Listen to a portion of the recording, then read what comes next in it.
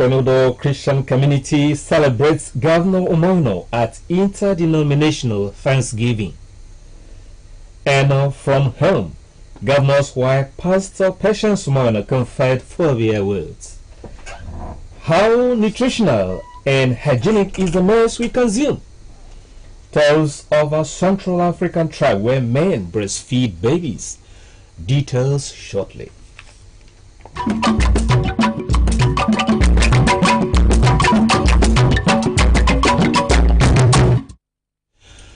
A very good morning to you and welcome to Akbc 4-5 News at 7. I am Ofort Udoka.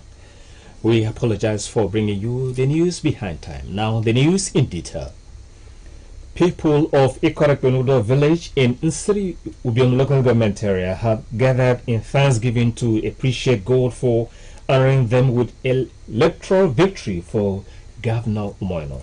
Held at the Apostolic Church Akbc area headquarters, the service had clerics and members from the 29 churches in the village gathered in an interdenominational service in honor of the governor. Governor Umoino, who took the early Bible reading, said it was pertinent to return home to thank God who saw him through the polls and subsequent inauguration and assumption of office.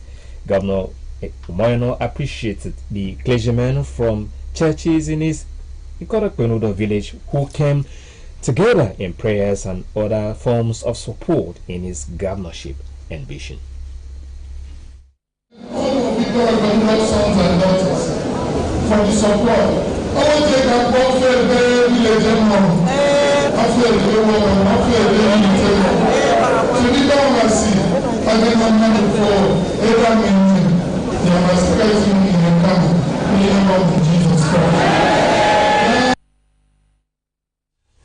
the service was attended by a large contingent of government functionaries, political stakeholders, and supporters.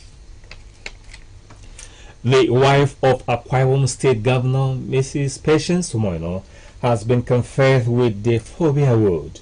The award was presented to her at the Apostolic Church Akbc in Nsiri local government area, where she accompanied her husband, Governor Umoino, for an interdenominational worship at Akbc community yesterday. The report. The award, according to the Chairman Central Planning Committee, Pastor Ndwese Kwere, is a token of appreciation to God and encouragement to the governor's wife as a servant of God and the church. Her Excellency Pastor Mrs. Patience Umoino, wife of the governor of Akwa Ibom State. This is the Forever Award. This Forever Award is given to you, our daughter, as a token of appreciation to God and encouragement to you. As the biblical favor, you are a servant of God and of the church.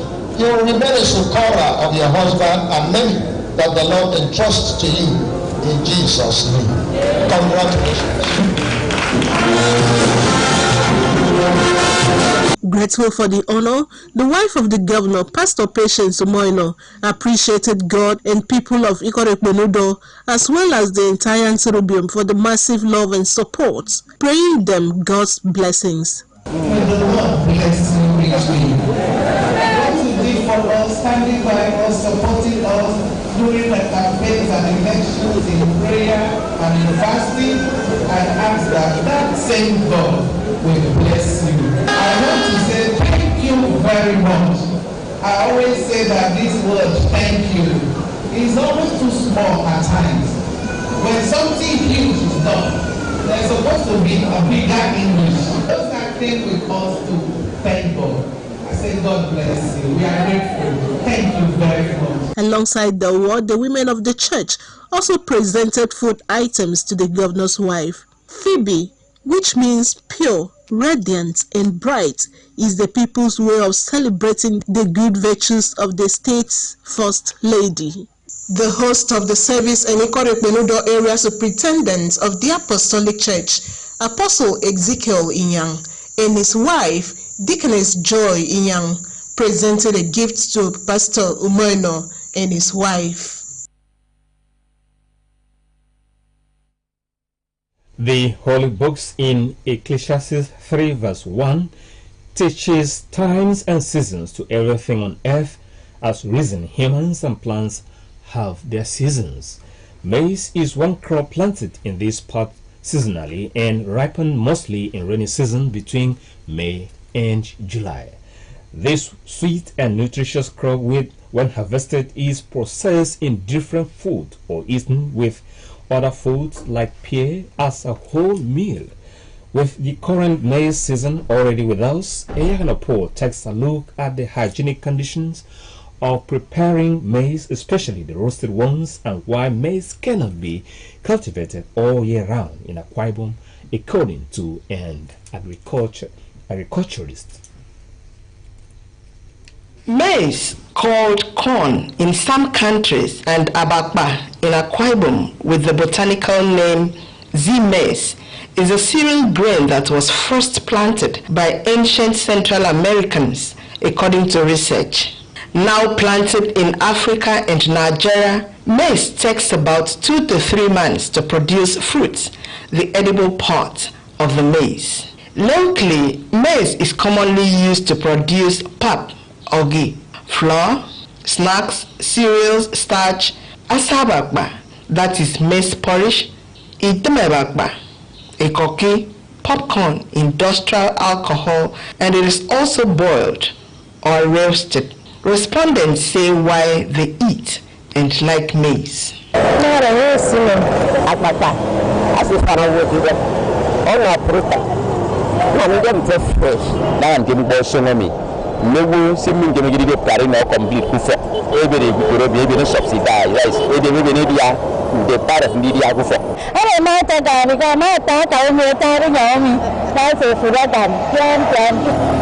It is worthy of note that maize in other places is used in production of vegetable oil, while the stalks are used in making rayon, plastics, paper, and wall boards.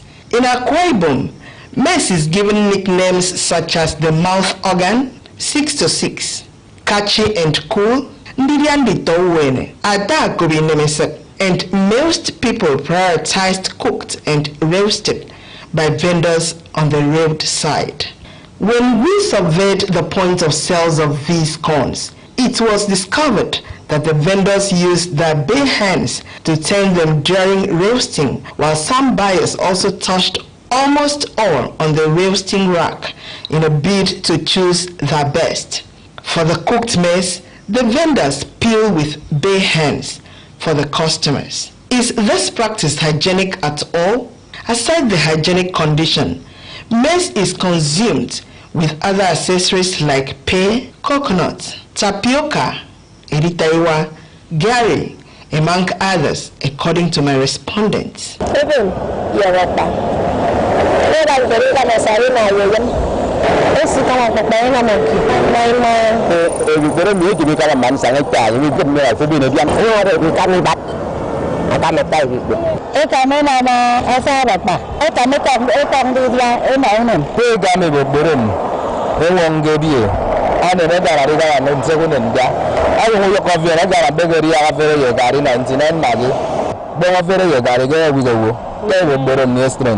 It is also observed that the maize business may be lucrative, judging by the number of sellers.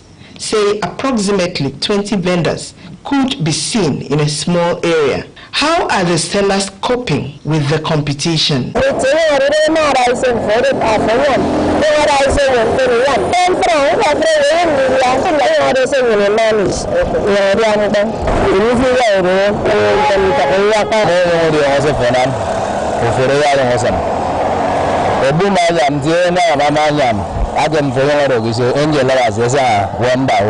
Now, since almost everyone eats and loves maize, can it be planted all year round? And what are the planting processes? In Akbc State, you can only cultivate maize 2 times in a year. That is during the first season planting, which starts from middle of March to May. Then again, you can crop it again around September during the second season planting. You can only plant maize 2 times because irrigation facility is not available.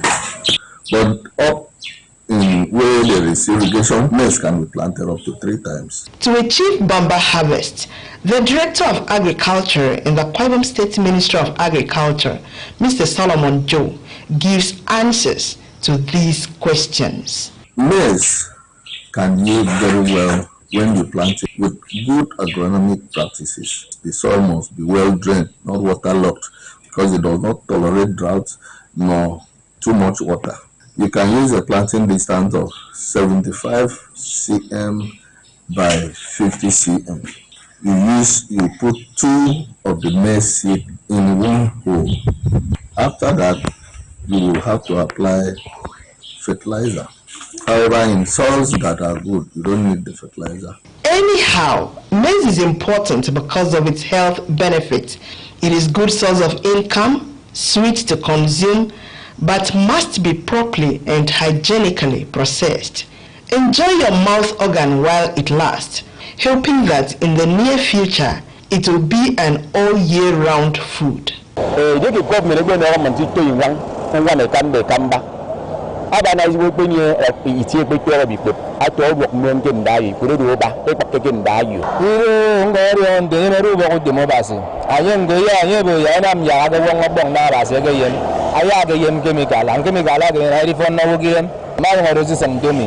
ana afre we ngo de ro she da ba ma ngo yo de ma da ba iswaro sa fa ne ti ti be na na papa ba afri ne fa ne ti ti o be ya fa government nyam ado go pastor wo abase no ya ye ke ne di udo ma bangile ya ki mo tat ke nye nam ki tem fe ni fam e por ni si ka ri ki le bi perum ni ko na ye be ke ye di e por ka ni ba adi fisiri ba ya ye ngo do o mi e ke ni fisit nyam.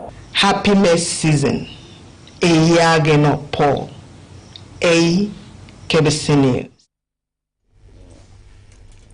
Across the globe, a day is set aside to raise awareness on the roles fathers play in the physical, spiritual, and psychological upbringing of their children.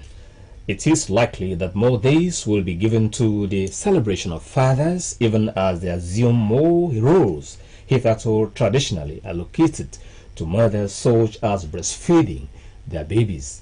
Kudos to men of Aka tribe in Central Africa and Cameroon who breastfeed their babies. Augustus tells us more here. Traditionally, breastfeeding is commonly associated with mothers, but there is a tribe that believe otherwise. The Aka tribe, found in the Central African Republic and Northern Congo. In addition to having a rich cultural heritage, the Aka people perceive breastfeeding as an essential aspect of caregiving, a responsibility that extends beyond biological mothers. Their belief system is deeply rooted in the concept of collective parenting, which holds that everyone in the community plays a role in raising children. This is why both men and women actively engage in caregiving and nurturing their infant. From the moment a child is born, Aka fathers are encouraged to develop a strong bond with offspring. This bond is fostered through frequent skin-to-skin contact, including a practice where fathers cradle newborns against their bare chests and breastfeed them. The Aka people believe that breastfeeding allows men establish a deep connection with their children while providing vital nutrients. It also allows fathers participate in the nourishment and physical development of their infant. Psychologically, the practice helps the fathers develop strong sense of attachment and empathy for their children. By the way, the men in Aka tribe do not possess mammary glands capable of producing milk, but they stimulate the act of breastfeeding through a traditional technique called milk teeth, a process where the men stimulate their nipples with specific herbs which elicit the release of a very small amount of milk, small but good enough. While this practice might be considered unorthodox in many cultures, it provides an opportunity to reflect on the potential benefits to dual parenting in the early stages of child rearing. In the absence of modern baby care amenities, these men use their nipples very sensibly to soothe their babies when the mothers are not around. It is also better than passing bottle feeders through the shirt to feed the baby with face masking with the mother's picture. According to researchers who first brought the tribe to public notice, male and female roles are virtually interchangeable. While the women hunt even in the 8th month of pregnancy, the men mind the children. While the men cook, the women tap wine. Flexibility unknown in most societies. Interestingly, Aka men take up these roles without a second thought and without, more importantly, any loss of status. No stigmatization, even when they sit around in groups with their babies attached to their chests or even their nipples. Perhaps other tribes should borrow a leaf from the Aka tribe's unique approach to parenting, which challenges the controversial norms and raises interesting questions about the societal construct of gender roles, especially in parenting. Akbc, Akbc News. We'll take a break here, and when we return, Eastern Obolo stakeholders, youth, embrace peace, commits to a rice agenda. Tanzania declares outbreak of Marburg virus, 6 deaths recorded. Stay with us.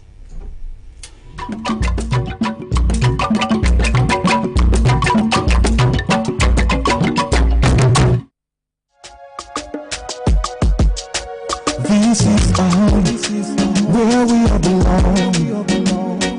The place where life is beautiful. The peaceful ambience we enjoy when we live together in unity and love. It's only man, you know. We go stand together, we go make them better. We be brothers and sisters, no matter where we be. It's only man, you know.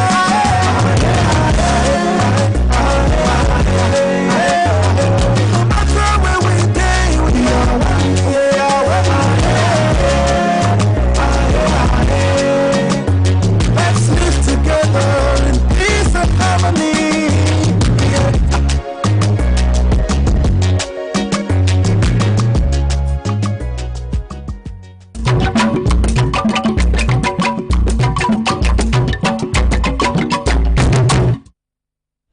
You're welcome back to the news.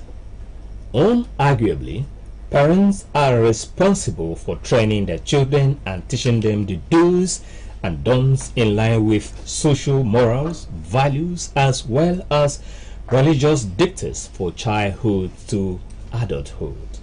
Notwithstanding how much the parents have to do, the family, schools, church, community, government, and perhaps Western modernization and technology, especially the social media, cannot be exonerated from the falling moral standards among children and even adults, according to Akbc in the following report on morals.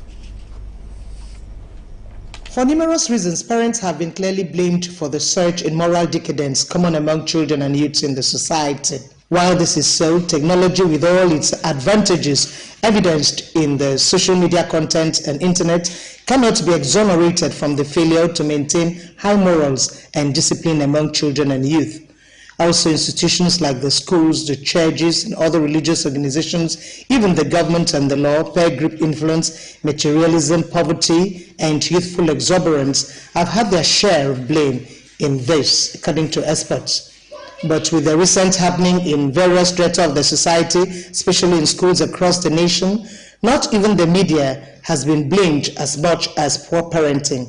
Every parent was once a child and now an adult talks about the good old days when children were brought up with solid moral and ethical sanctity. So why is it that parents who were privileged to have received such quality upbringing in times past are the ones bringing up children with little or no regard to societal norms and values? One may be forced to ask. Even when the answer or excuse is the influence of modernization aggravated by the internet, many studies still think parents should take the blame for the troubling failure if they cannot control or regulate their influence. I did my best lemon.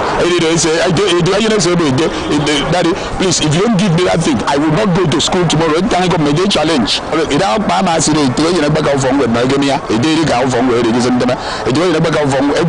On the school, I made the gas on the school. Don't bother that. A day when I move on, I got move all one. And I'm not doing it, grow wild, I grow wild down. And I guess I come and go and take his pan pack in Toyan. They turn on Toyan. Did I even get primary school, nursery school? Make Yaka a token to me, Tom Mava. Chicha Bamia, my Kawan, your teacher. So, my teacher says, I need a meeting. So, Nitoro, it is in a movie, Mona, and I make it a Canana Banante. Nitoda, maybe about a fire. It's really more kid, dear mom, meet and walk with no kind of mom. My parents used to give me good tutorials, so direct me in a godly way. Compared to children of nowadays, most of the parents are not doing their duty. Child psychologists believe that parents have abdicated their primary responsibility by building up their homes and families to pursuit of wealth, career, pleasure, and fun, and have developed excuses to justify their negligence of this noble duty to the detriment of the children who are now growing into societal misfits. Children like to test their boundary. They try to push it as far as they could. It is our job as a parent to make sure we set appropriate and be consistent with the way we shape our children. Now, it could be a very hard job. I know that. Been there, done that. But for the next generation to be able to function well, we must, again, I cannot stress it enough, we must redirect certain negativity. According to African history, children belong to everyone in the community to admonish and correct. But now, over-pampering parents quickly ask questions like, how does it concern you how my child behaves? Is yours any better? But then experts have shown that raising children concerns all, because ill-parented children corrupt and bully other children in the school. They make the environment unsafe and unconducive. They become killer spouses. Ill-parented children's destiny are bad, whereas they would have become someone's helper, a governor, or even a preacher. Respect is one key. If a child respects their parents, they will respect the whole world around them, because our children doesn't listen to what we say per se, they listen to what we do. So as parents, we must be able to walk the walk that we're saying. Neglect of parental responsibility from home, especially controlling internet influence, she thinks, has made it a Herculean task.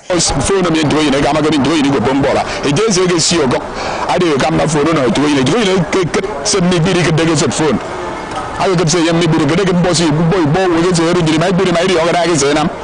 Do it again with phone. Edion and I'm organizing school. Edion and another thing, a full of the thing. I be at doing a gun a phone about. Exposed to pornographic images and all those things that will expose you, because you can browse his father's or the mother's phone easily.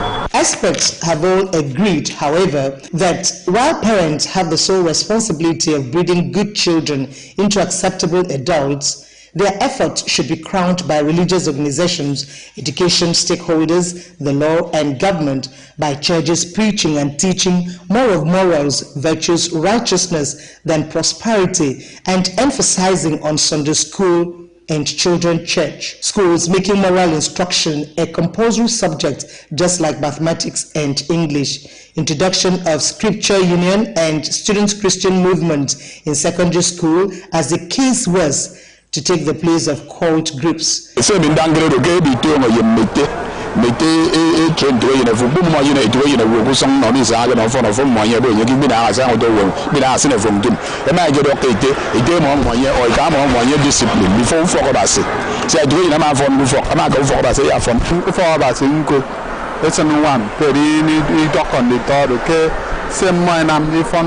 The society have a lot of duty to play, and the parents most importantly have a good duty to play.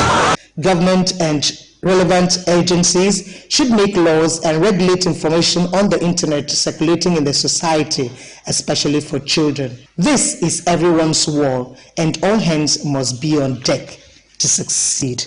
But the core purpose, how our children can develop good self-esteem, starts from the house. It starts from the parents. Augusta Isian, Akbc News. A peace and unity walk has been held by the people of Eastern Obolo local government area to affirm their willingness to seek peace and put an end to the restive spell recently experienced in the area. The rally took them through major streets of the area up to Obolo Hall, where the youth presented a peace charter. Juliet Richard tells us more. Accompanied by cultural groups, youth of Eastern Obolo with placards announced their willingness to embrace peace and partner the Moino Arise agenda.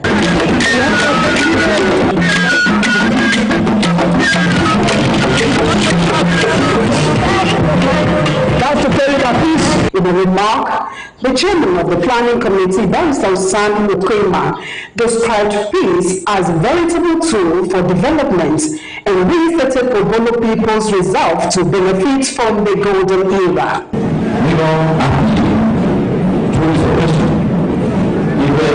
Every time in the when use peace, only is all achieve whatever I want. And that this new dispensation, this new era, all that we can see is peace and development. All that we can see is peace and prosperity. In a paper presented by the Chairman Elders Forum, Sir Adasi Ibulum, on conditions precedents for community growth, opined that only peace can promote growth and development of society. The first ingredient to usher in community growth and development is peace.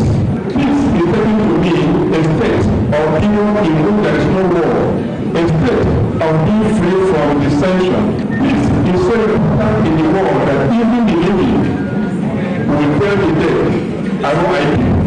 The paramount ruler of Eastern Obolo, His Royal Majesty Ubo Harry John Eteto, said the governor, Pastor Omono, has promised to fulfill his campaign promises to them if they allow peace to prevail. And today, we have gathered, we have converged as we have to talk about the promise of Eastern Obolo. I bring peace always, and then peace is my tongue. I give peace.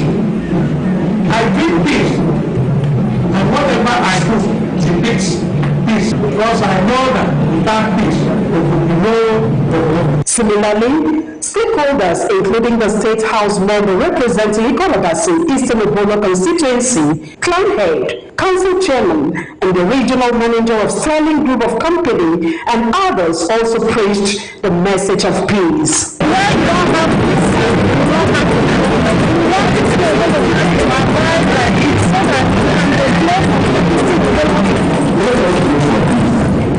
The government has changed, and we believe the situation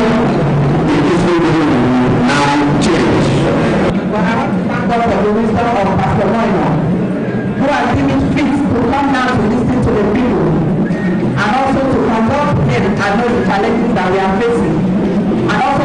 resolution to this problem. I say may God continue to bless you, that we are here to partner with you. The partner is our group to demonstrate that we, among the children, or the youth, or the ladies, or the women, or the planheads and the team for the Royal Mauritius. High point of the event was the presentation of a peace charter signed by a cross-section of youth leaders in Eastern Obolo, binding their resolve to lay down their wealth. We declare that going forward, one, we the youths shall do everything within our powers to promote harmony and prevent conflict with our neighboring communities. Juliet Rachel, Akbc News. Reports has it that there is an outbreak of a new disease called Marburg disease caused by fruit bats. The Ministry of Health of the United Republic of Tanzania on June 2 declared the first documented outbreak of Marburg virus from Bukabo district, Kagera region, with a total of 6 deaths. Ehanopo reports on the outbreak of the disease. Marburg virus disease, according to reports, spreads via direct contact between broken skins or mucous membranes with the blood secretions organs or other body fluids of infected people and with surfaces such as beddings and clothing.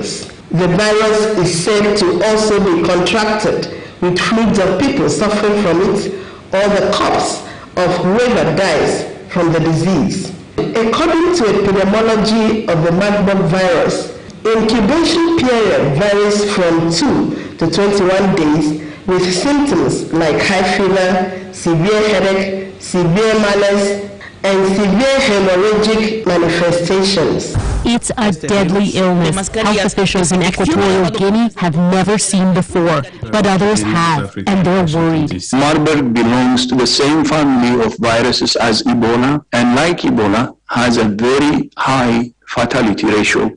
Marburg virus lives in fruit bats. It transmits from person to person through bodily fluids and causes severe hemorrhagic fever, bleeding in organs throughout the body. The illness kills 50 to nearly 90% of people infected. There are no approved treatments or vaccines. Any supportive care for patients include rehydration with oral or intravenous fluids, since the treatment of specific symptoms, co-infections can improve survival, and range of potential treatments are being evaluated, including blood products, immune therapies, and drug therapies. Thousands of people are now being quarantined inside their homes. This is where there are some suspected cases just right across the border. So, Dr. Cameron Kahn tracks viruses around the globe. He says the case count is likely an underestimate, noting outbreaks are kind of like house fires. Canadian scientist Gary Kobinger worked on a Marburg vaccine over a decade ago. The work was shelved due to funding. Experts insist countries should invest in public health and get ahead of virus. In Tanzania, among the reported 11 cases, 3 have recovered and a total of 6 people have died. Cases range from age 1 to 51, with males being the most affected. Equatorial Guinea is said to have recorded some deaths, according to reports. First and foremost, we need to intensify the epidemiological surveillance, so quickly confirming contacts of cases themselves, and the most important thing to do, of course, is to stop the transmission of the virus. The virus is transmitted in body fluids, so blood, sweat, saliva, other body fluids. So what is very important is, first of all, for healthcare workers, who are some of the first contacts, and we have had a couple of healthcare workers die in Equatorial Guinea, to make sure that they are aware of all the precautions, even as they do the clinical care of people, so personal protection equipment, gloves, masks, and so forth, to stop them being infected. It is expected that Nigerian medical personnel should take measures to prevent the outbreak of this Marburg virus disease. Paul, Akbc News. On that note, we end the news this morning, but just before we go, we'll take the recap. Governor Moino, wife, patients, and expansive array of congregants yesterday converged on the Apostolic Church Ikorekpenodo area headquarters for an interdenominational thanksgiving for the governor's electoral victory and subsequent assumption of office, organized by the people of Ikorekpenodo village in Surubium local government area. Following weeks of unrest and disturbances, stakeholders and people of Eastern Obolo local government area through a peace charter have resolved to shield their sword and embrace peace and harmonious coexistence to reap benefits of the golden era. And that's our news this morning, but do remember that you can watch the news live on our Facebook page, Akbc Radio and TV. I am Ofotudoka. Good morning.